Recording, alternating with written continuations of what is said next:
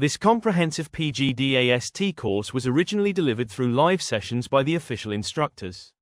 We are uploading these sessions here to support students, and all credit goes to the respective teachers and instructors.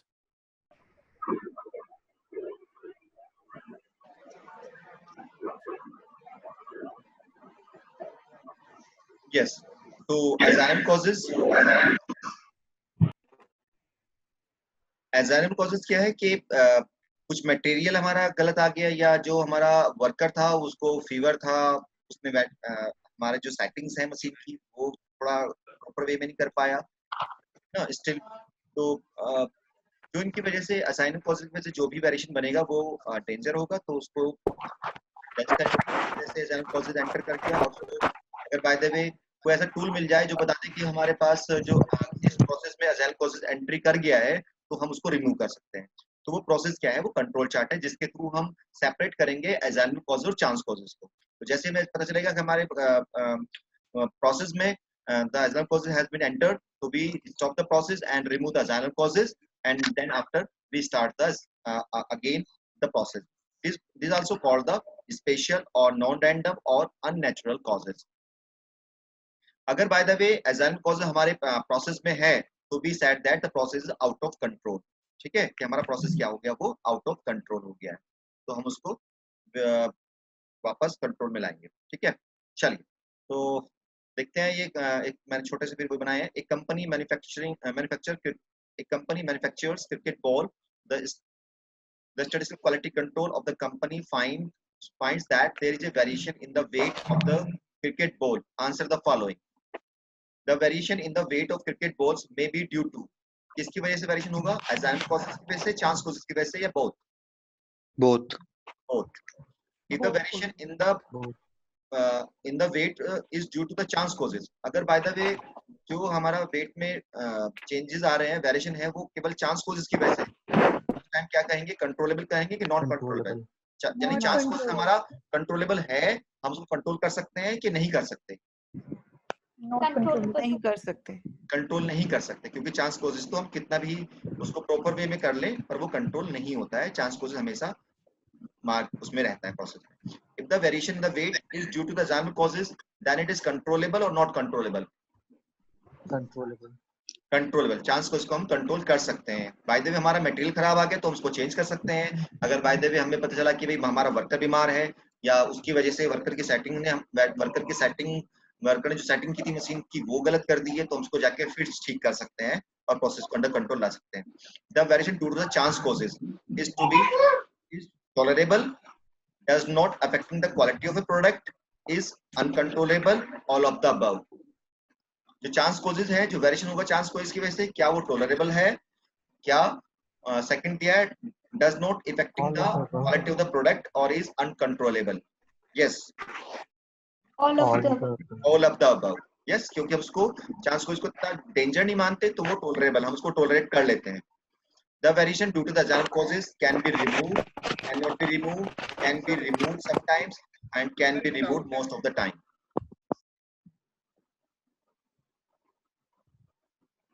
Can be removed most of the time. Yes, can be removed most of the time. हम generally assignment causes को most of the time पे remove कर सकते हैं। Now ये तो अभी तक जो थ्योरी थी, बस ये 2 मार्क्स की थ्योरी थी। मैंने बताया कि ये पूछ लेते हैं कभी-कभी कि what does the cause of variation पूछ लेते हैं, या डिफाइन कर लेते हैं प्रोसेस कंट्रोल और प्रोडक्ट कंट्रोल डिफाइन कर लेते हैं। इसमें तो इतना ही थ्योरी है, या हद से हद क्वालिटी की जो डेफिनेशंस हैं 5 पॉइंट्स थे उनको पूछ लेते हैं। तो 2 मार्क्स का तो ये हुआ। अब आता है कंट्रोल चार्ट। ये हम डब्ल्यू वॉल्टन ने कंसेप्ट दिया कंट्रोल चार्ट का। तो कंट्रोल चार्ट कैसे हैं, कैसे इसको चार्ट आ गया, तो चार्ट का मतलब तो समझते ही आप कि आपने कोई ना कोई ग्राफ बनाना पड़ेगा, कोई ना कोई डायग्राम बनाना पड़ेगा। तो ये है क्या और कैसे इसको हम प्रिपेयर करेंगे? यस, तो अगर हम ये पढ़ लीजिएगा यहाँ से, ए control chart is a diagrammatic representation of the quality. Diagrammatic representation, just a minute.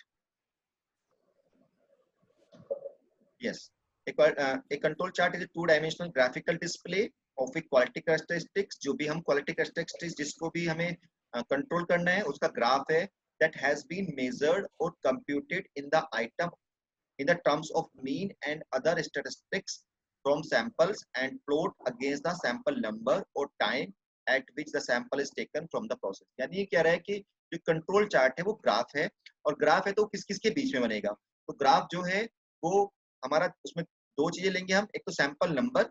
मैंने बताया कि जब हम प्रोसेस कंट्रोल करते हैं तो हम कुछ पीरियोडिकली सैंपल लेते जाते हैं, ठीक है। तो हम हमेशा एक्स एक्सिस पे कोई भी कंट्रोल चार्ट हो, अभी आप कंट्रोल चार्ट पढ़ेंगे, कंट्रोल चार्ट हमारे 7 या 8 टाइप के हैं। तो सभी का देखिए, इसका जो ब्यूटी है इस कोर्स की कि उसमें प्रोसेस एक जैसा है, यानी कोई भी क्वेश्चन करेंगे सबका मेथड एक ही है, बस आपने डिसाइड करना है कि इसमें कौन सा आप चार्ट इसमें यूज करेंगे। तो सब में ग्राफ बनेंगे, जितने भी क्वेश्चन है सब में ग्राफ बनेगा। और ग्राफ बनाने के लिए हमें समझना होगा कि एक्स एक्सिस पे क्या लेंगे और हम वाई एक्सिस पे क्या लेंगे। तो ये कह रहा है कि हमेशा जब भी आप कंट्रोल चार्ट बनाएंगे तो sample number always taken on the x axis, sorry x axis, yes the control chart based theory something and this, ये लिखा है पे, यस पे sample number always taken on along the x axis. कोई भी control chart आप use करेंगे हमेशा सैंपल नंबर एक्स एक्सिस पे लेंगे। और जो करेक्टरिस्टिक, मान लीजिए हमें उसका मीन वेट हमें उसका कंट्रोल करना था, तो वेट को हम कंट्रोल करने के लिए उसका मीन वेट कंट्रोल करते हैं। तो जो भी हम स्टैटिस्टिक उससे कैलकुलेट करेंगे, यानी मीन करते हैं या उसका वेरिएशन कंट्रोल करना होता है या प्रपोर्शन कैलकुलेट करना होता है या नंबर ऑफ डिफेक्ट कंट्रोल करने होते हैं, तो हमेशा वो जो भी क्वालिटी हम लेंगे वो हमेशा किस पे आएगी, वाई एक्सिस पे आएगी, ठीक है। तो कैसे ग्राफ बनेगा, एक्स एक्सिस पे हमेशा हम सैंपल नंबर लेंगे और वाई एक्सिस पे हमेशा हम क्या लेंगे, characteristic such as mean, range, proportion, number of defectives, ये सब लेंगे। आप इसे समझ जाएंगे जब हम यूज करेंगे इसको, ठीक है। अब कंट्रोल चार्ट में ठीक है, ये तो हो गया। अब कंट्रोल चार्ट में क्या होता है, 3 लाइंस होती है, एक सेंट्रल लाइन, एक अपर कंट्रोल लाइन और एक लोअर कंट्रोल लाइन। मैं आपको दिखा दूं कंट्रोल चार्ट कैसे बनता है। ये पैटर्न रहता है। तो यहाँ पे हमेशा एक्स एक्सिस पे सैंपल नंबर लेते हैं, क्योंकि ये जनरल चार्ट बनाया तो यहाँ वाई एक्सिस पे कुछ नहीं लिखा कि वाई एक्सिस पे क्या है, ठीक है। और ये हमारी सेंट्रल लाइन है, सेंटर लाइन, ठीक है, सेंटर लाइन। ये अपर कंट्रोल लाइन बोलते हैं इसको, और ये लोअर कंट्रोल लाइन बोलते हैं। तो ग्राफ में इन सब पॉइंट्स के डिस्प्ले के साथ साथ ये 3 लाइंस भी बनती हैं, जो हमें इंडिकेट करेगी कि हमारा प्रोसेस अंडर कंट्रोल में है या आउट ऑफ कंट्रोल है, ठीक है। चलिए ये लाइनें क्या इंडिकेट कर रही हैं, कंट्रोल लाइन क्या इंडिकेट कर रही है, अपर कंट्रोल लाइन क्या इंडिकेट करेगी, लोअर कंट्रोल लाइन क्या इंडिकेट करेगी।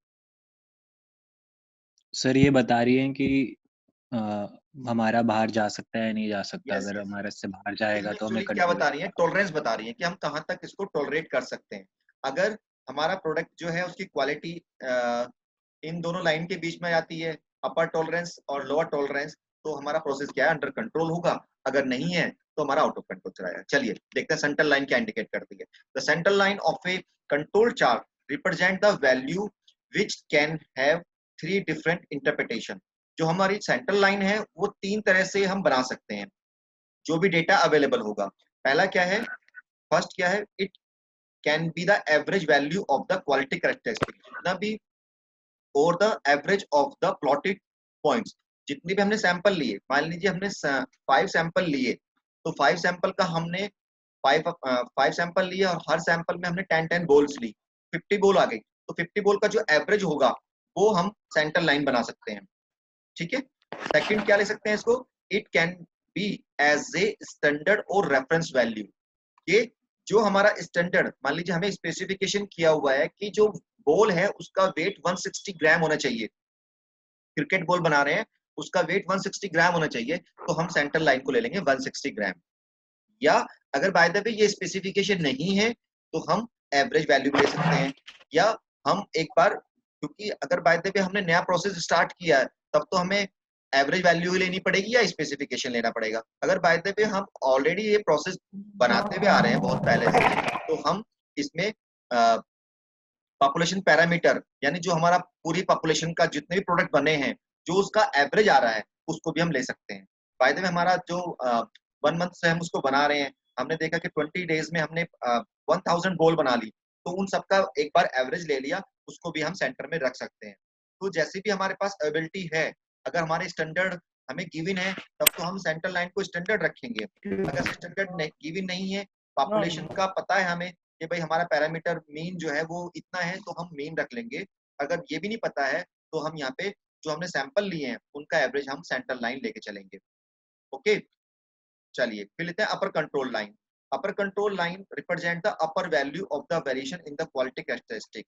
So this line is called the upper control limit. Usually UCL is shown by the dotted line. Generally हम इसको solid line से बनाते हैं, यानी बिल्कुल ऐसे, और इसको हम dotted line से बनाते हैं।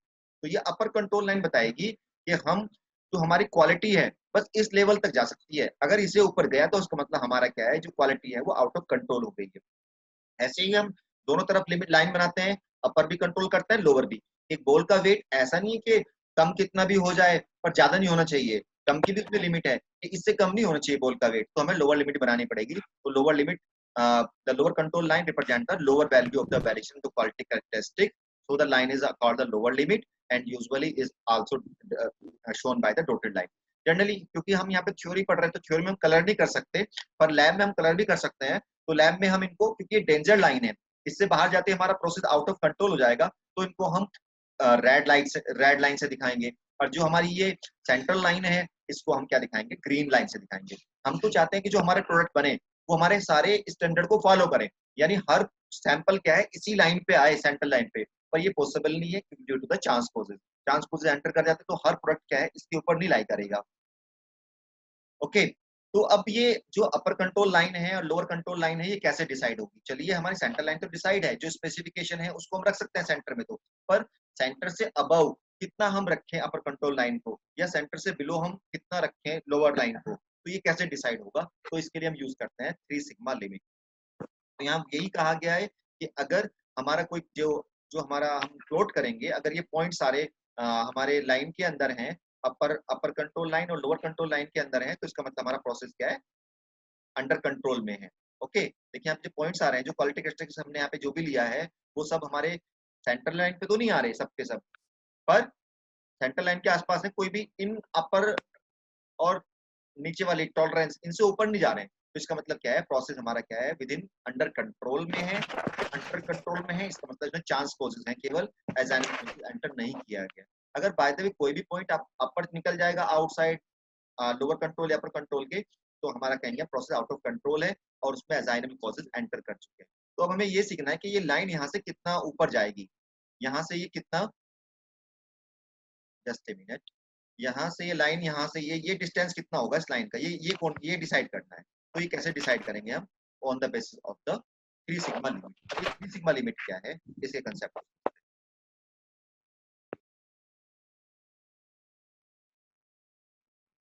3 सिग्मा लिमिट भी एग्जाम में पूछी जाती है थ्योरी, क्योंकि देखिए लैब एग्जाम में वाइवा भी है आपका 20 मार्क्स का, तो वहां भी पूछ लेते हैं, क्योंकि आप कंट्रोल चार्ट का क्वेश्चन तो आता ही है, तो कंट्रोल चार्ट से जो इसकी थ्योरी है थोड़ी बहुत वहां भी डिस्कस हो जाती है कि भाई हम 3 सिग्मा लिमिट्स ही क्यों यूज करते हैं और क्या है 3 सिग्मा लिमिट्स।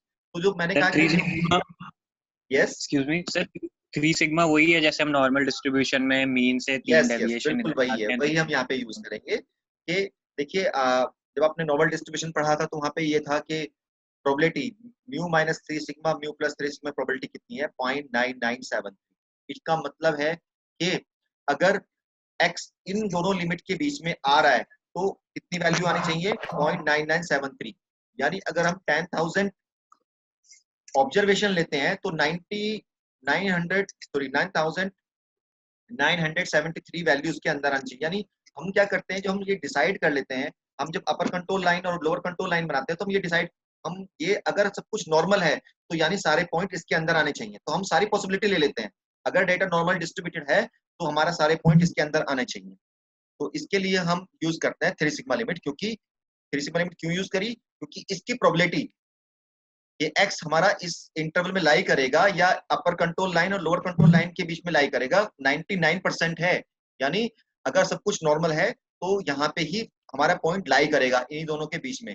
अगर एबनॉर्मल है कुछ भी तब बाहर जाएगा। ठीक है, तो हमने सारी पॉसिबिलिटी यहाँ पे कवर कर ली है 3 सिग्मा लिमिट के अंदर।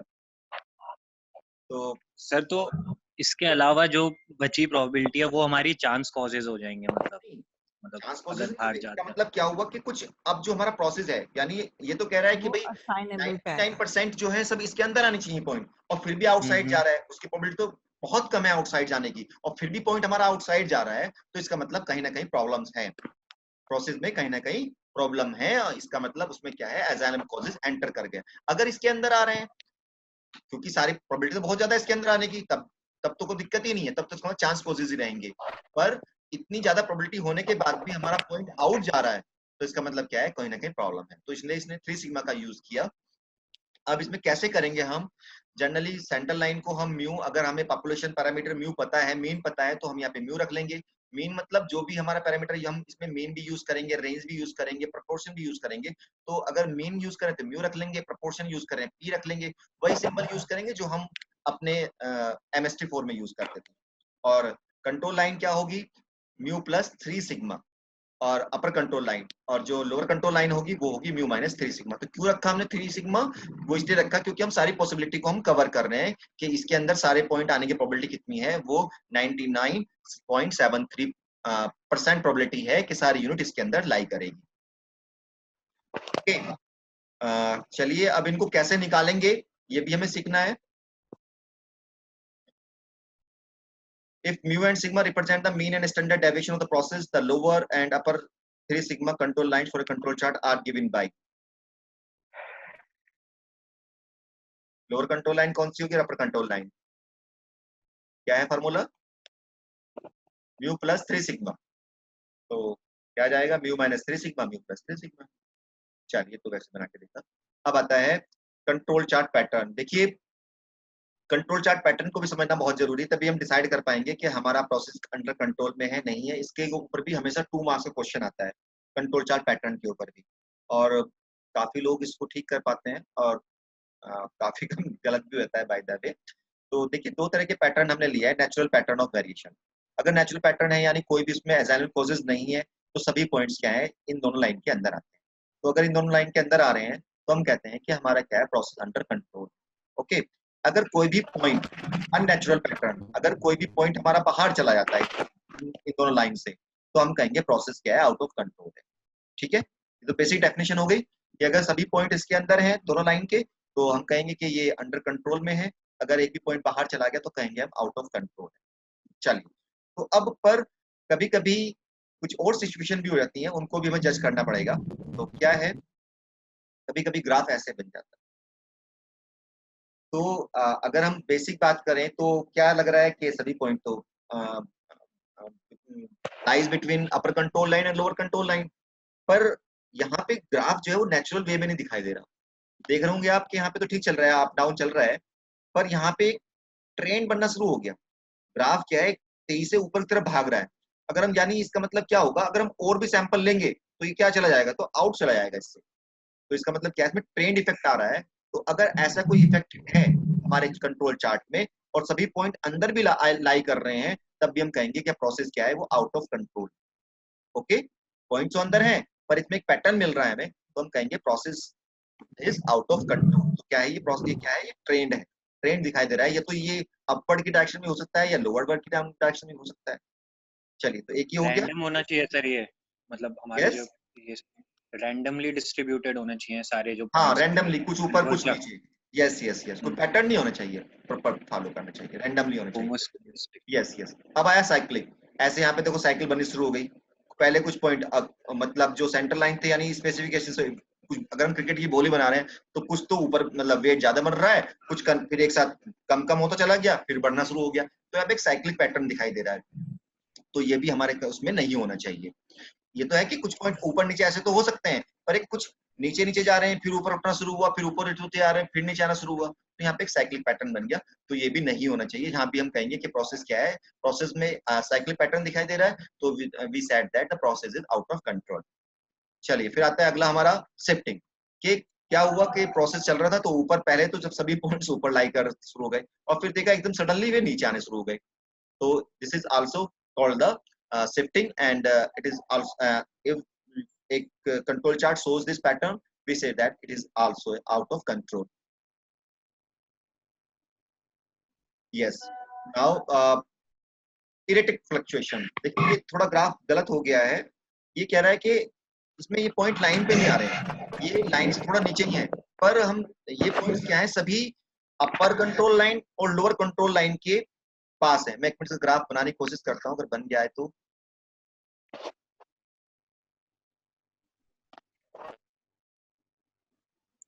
ये पॉइंट इस तरह से आ रहा है, यहाँ तक गया, फिर यहाँ से नीचे आया, फिर यहाँ से गया और यहाँ पे आया, फिर यहाँ से गया, फिर नीचे यहाँ तक आ रहा है। ठीक है, ये टच नहीं कर रहा है लाइन को, ये थोड़ा सा ग्राफ गलत हो गया। तो यानी पर ये हमारी सेंटर लाइन थी, पर सेंटर लाइन के आसपास नहीं हमारे पॉइंट मूव कर रहे, बल्कि ये अपर कंट्रोल लाइन और लोअर कंट्रोल लाइन के आसपास मूव कर रहे हैं। इसका मतलब अब भी हम कहेंगे कि जो हमारा प्रोसेस है वो आउट ऑफ कंट्रोल है, क्योंकि यहाँ पे ये तो हमारे टॉलरेंस बना लिया, पर सारे पॉइंट यहाँ पे लाई करें तो हमारा प्रोडक्ट जो है वो स्पेसिफिकेशन को फॉलो नहीं करेगा। तो इस टाइम पे हम कहेंगे कि हमारा जो प्रोडक्ट है वो under sorry out of control है। तो अब क्या क्या हुआ हमारा पॉइंट, अगर कोई भी पॉइंट, सभी पॉइंट अंदर हैं और रैंडम पैटर्न दिखाई दे रहा है तो हम कहेंगे कि हमारा प्रोसेस अंडर कंट्रोल है।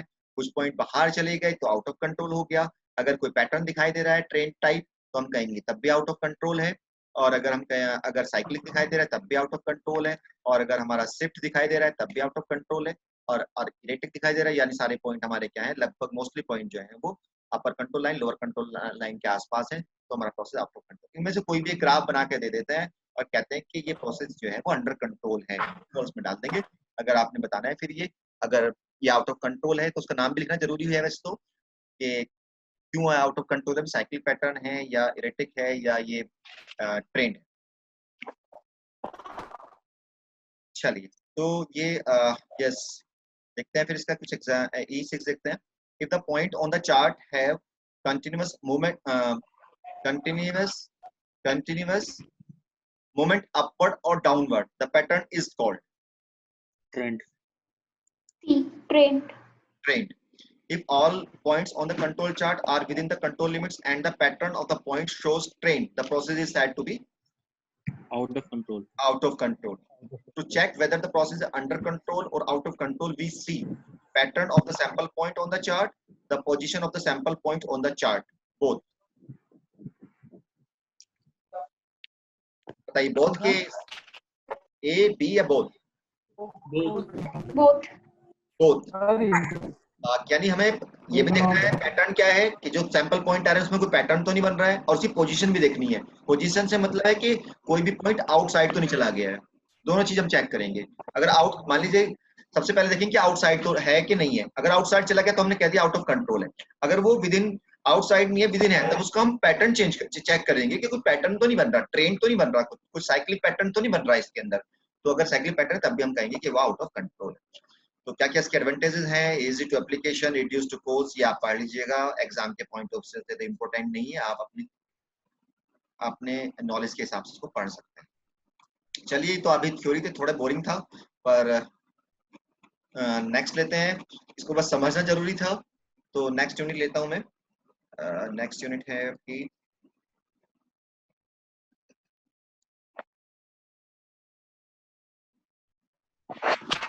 ये विजिबल है आप लोगों को? Yes Yes, sir. Yes, sir. Okay. तो कंट्रोल चार्ट फॉर वेरिएबल्स, देखिए यहाँ पे यूनिट को डिवाइड किया हुआ है, control chart for variable, control chart for attribute. मैंने कहा था कंट्रोल चार्ट टू टाइप्स के हैं, कंट्रोल चार्ट फॉर वेरिएबल यानी जिस क्वालिटी कैरेक्टरिस्टिक को हम मेजर कर सकते हैं, और दूसरा कंट्रोल चार्ट वो है जिस क्वालिटी कैरेक्टरिस्टिक को हम मेजर नहीं कर सकते। जैसे वेट हम मेजर कर सकते हैं तो उसके लिए हम यूज करेंगे कंट्रोल चार्ट फॉर वेरिएबल। अगर कोई क्वालिटी कैरेक्टरिस्टिक ऐसी है मतलब सपोज करिए इलास्टिसिटी है या उसकी स्मूथनेस है, या लैपटॉप्स हैं जो हम खाली देख रहे हैं कि डिफेक्टिव है कि नॉन डिफेक्टिव हैं, तो वहां पे हम control chart for attribute use करेंगे। तो सबसे पहले जो भी कोई क्वेश्चन एग्जाम में आता है या आपको कोई प्रॉब्लम है तो पहले आप देखेंगे क्वालिटी कैरेक्टरिस्टिक कैसी है। अगर वो मेजरेबल है तो हम control chart for variable use करेंगे, अगर वो मेजरेबल नहीं है तो हम control chart for attribute use करेंगे। ओके, देखिए टेक्निक सबकी एक है, चाहे कंट्रोल चार्ट ऑफ एट्रीब्यूट बना रहे हो आप, चाहे कंट्रोल चार्ट फॉर वेरिएबल बना रहे हो, सबकी टेक्निक्स एक ही है, एक ही प्रोसीजर है करने के लिए, और एक ही तरह का ग्राफ बनता है जिसमें तीनों लाइन होती है। चलिए तो कैसे है, तो डिवाइड कर दिया कंट्रोल चार्ट फॉर वेरिएबल और control chart for the attribute. जिसको हम मेजर कर ले उसके लिए वेरिएबल यूज करेंगे, जिसको नॉन मेजरेबल है उसके लिए हम एट्रीब्यूट यूज करेंगे।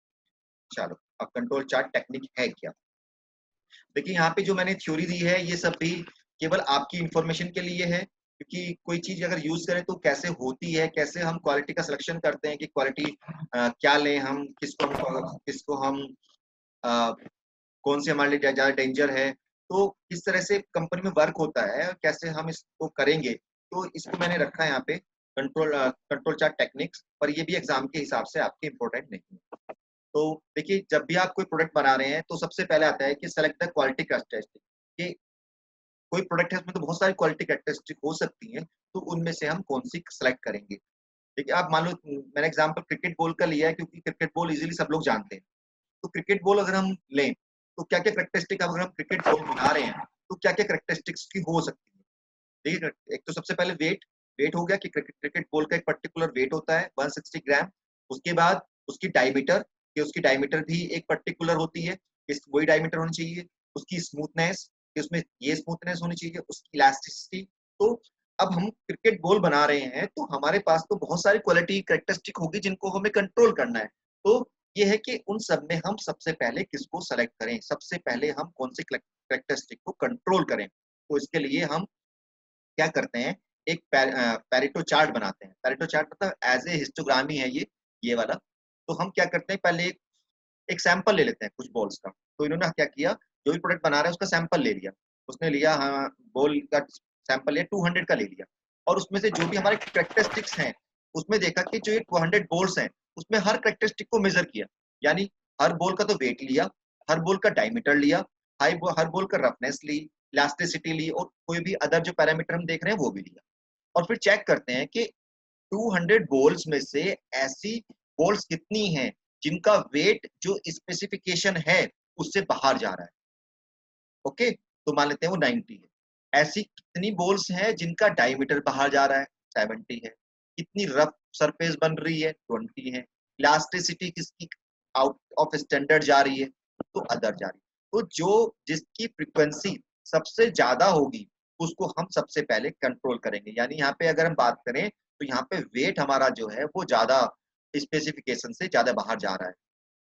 इसको परसेंटेज में भी कर सकते हैं। तो 45% जो डेटा है, जो बॉल्स ली हैं, उसमें ये वेट जो है वो आउट ऑफ कंट्रोल है ना, या आउट ऑफ कंट्रोल नहीं, स्पेसिफिकेशन को फॉलो नहीं कर पा रहा है।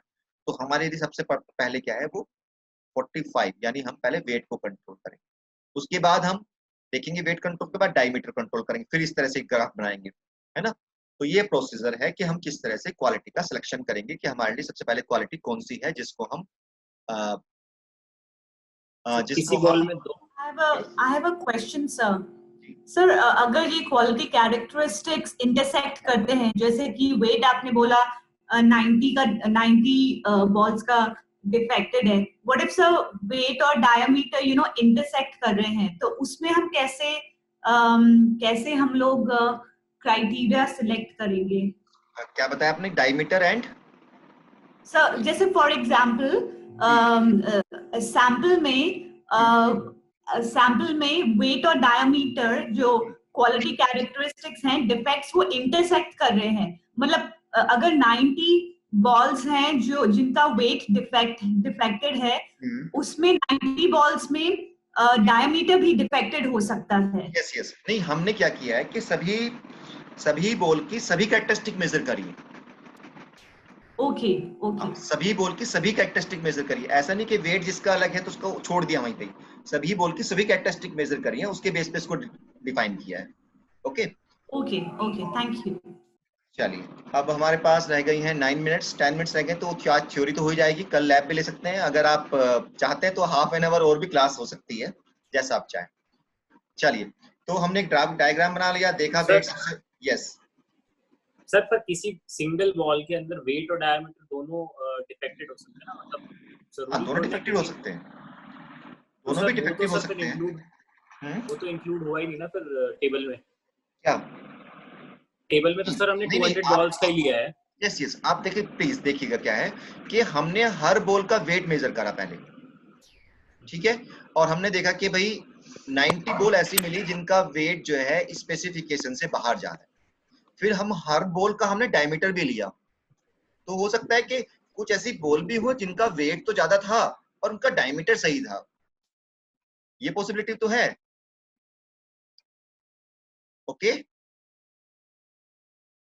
यस हाँ सर, ये सर, ठीक है ना, ये पॉसिबिलिटी तो हो सकती है ना।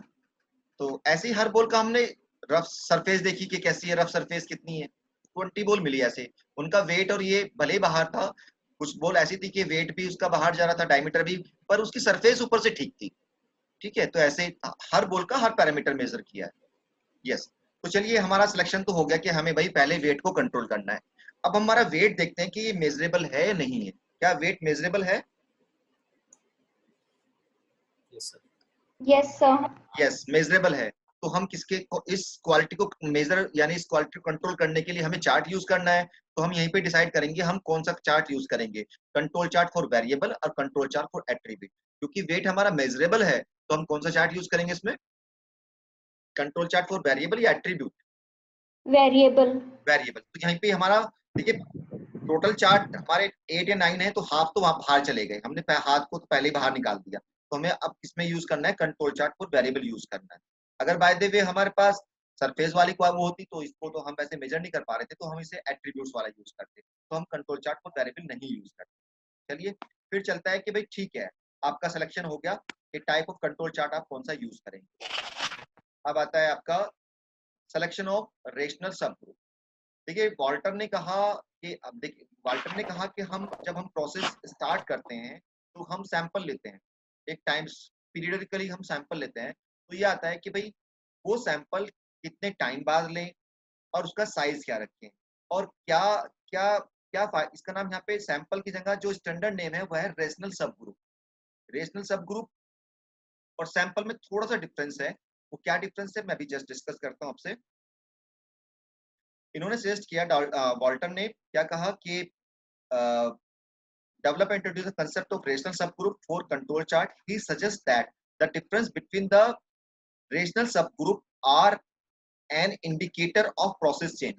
कह रहा है कि जो हमने जो सिलेक्शन करेंगे सैंपल का या इसने नाम दिया रेशनल सब ग्रुप का, उसमें दो सब ग्रुप्स में जब हम एक सैंपल लिया और दूसरा सैंपल लिया, वो इंडिकेट करेगा कि प्रोसेस चेंज हो रहा है, यानी असाइनेबल कॉजेस को इंडिकेट करेगा। while within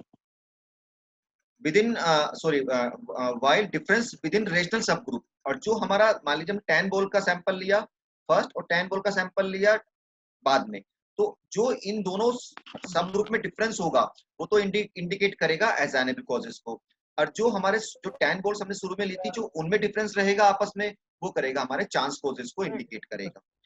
ठीक है, तो यहाँ पे सैंपल का मतलब तो होता है कि we draw a some unit from the population, पर वहां पे ये चीजें नहीं होती। तो सब ग्रुप कैसे होने चाहिए, वो ये भी इंडिकेशन करने चाहिए कि हम ऐसे सैंपल लें कि हमारा जो दो सैंपल के बीच में डिफरेंस आ रहा है वो इंडिकेट करेगा हमारे असाइनेबल कॉजेस को, और विद इन वाले को हमारा करेगा चांस कॉजेस को करेगा। जैसे हमने एनओ में तो ये बात रखी थी कि हम टोटल वेरिएशन को डिवाइड करते हैं, जो एक ही ब्लॉक में वेरिएशन होगा उसको हमने कहा था चांस कॉजेस, और बिटवीन वाले को कहा था हमने असाइनेबल कॉजेस। ओके, तो अब क्वेश्चन है कि भाई साइज क्या लें उस सब ग्रुप का, पर क्योंकि रेशनल सब ग्रुप थोड़ा और मतलब बोलने में थोड़ा टिपिकल होता है और जनरली सैंपल वर्ड ज्यादा प्रीफर करते हैं लोग, तो यहाँ पे हम रेशनल सब ग्रुप के बाद भी हम सैंपल वर्ड ही यूज करेंगे। ठीक है, excuse me sir, yes. Could you please repeat the third point, मुझे थर्ड पॉइंट समझ नहीं आया।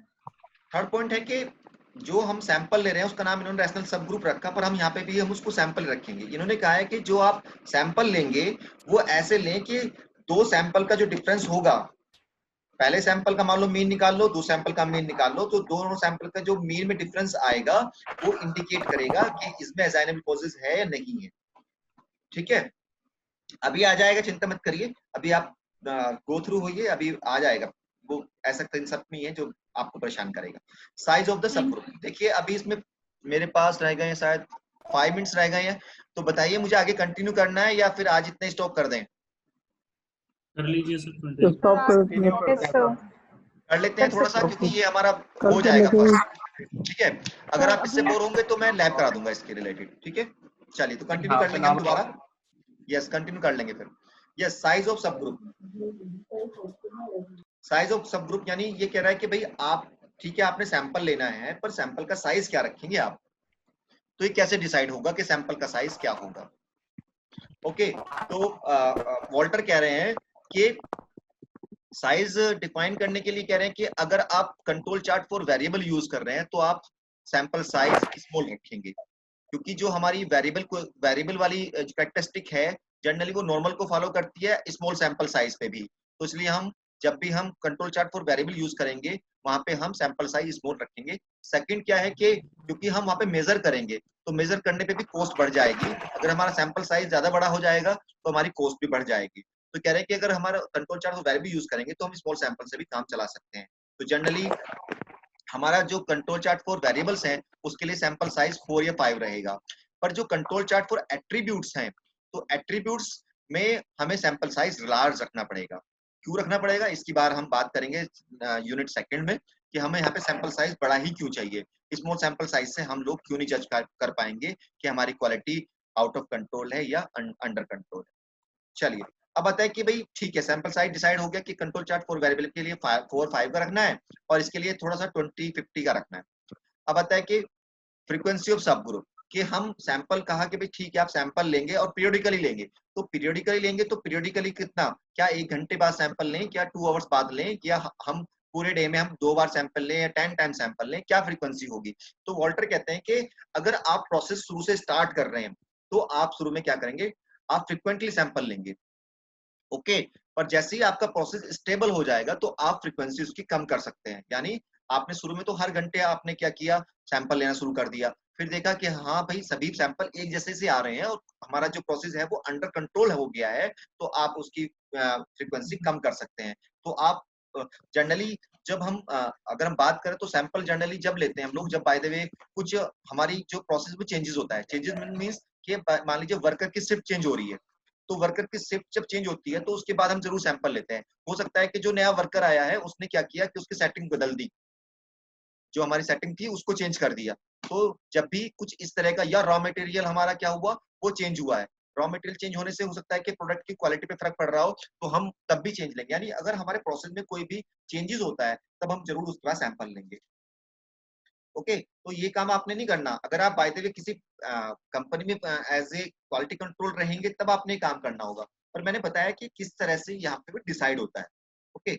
चलिए फिर क्या हुआ, design of the form of the collection of data, कि अब हमें ये ठीक है हमने सैंपल भी लेना शुरू कर दिया, सब कुछ ठीक हो गया, अब हम उस डेटा को कलेक्ट करना है। तो उस डेटा को किस तरह से कलेक्ट करेंगे, तो उसका एक डिजाइन है, पैटर्न है, क्या है, नेम ऑफ द चार्ट कि हम कौन सा चार्ट उस पर यूज करेंगे, प्लॉट नंबर क्या है, उसका पिन कोड क्या है, पार्ट नेम क्या है जो बना रहे हैं, ऑपरेशन क्या है ना, जो भी ऑपरेशन है ना, ये सब एक कंपनी का ही है, किसी का ऑपरेटर कौन है उस टाइम पे, मेन ये है कि ऑपरेटर कौन है, क्योंकि एक ही कंपनी में बहुत सारी मशीन होती हैं सेम प्रोडक्ट बनाने की, तो मशीन नंबर क्या है उसका, कौन सा गेज हम यूज कर रहे हैं उसको मेजर करने के लिए, gauge I think so, unit of measurement हम क्या यूज कर रहे हैं, सब ग्रुप नंबर, यानी ये तो ऊपर की इंफॉर्मेशन हो गया, क्योंकि आपको मशीन नंबर भी लिखना पड़ेगा, ऑपरेटर भी लिखना पड़ेगा, अदरवाइज पता चला कि गलती तो किसी दूसरी मशीन में थी, हमने हमने लेके बैठ गए दूसरी मशीन को, है ना, तो ये भी हमें नोट डाउन करना पड़ेगा।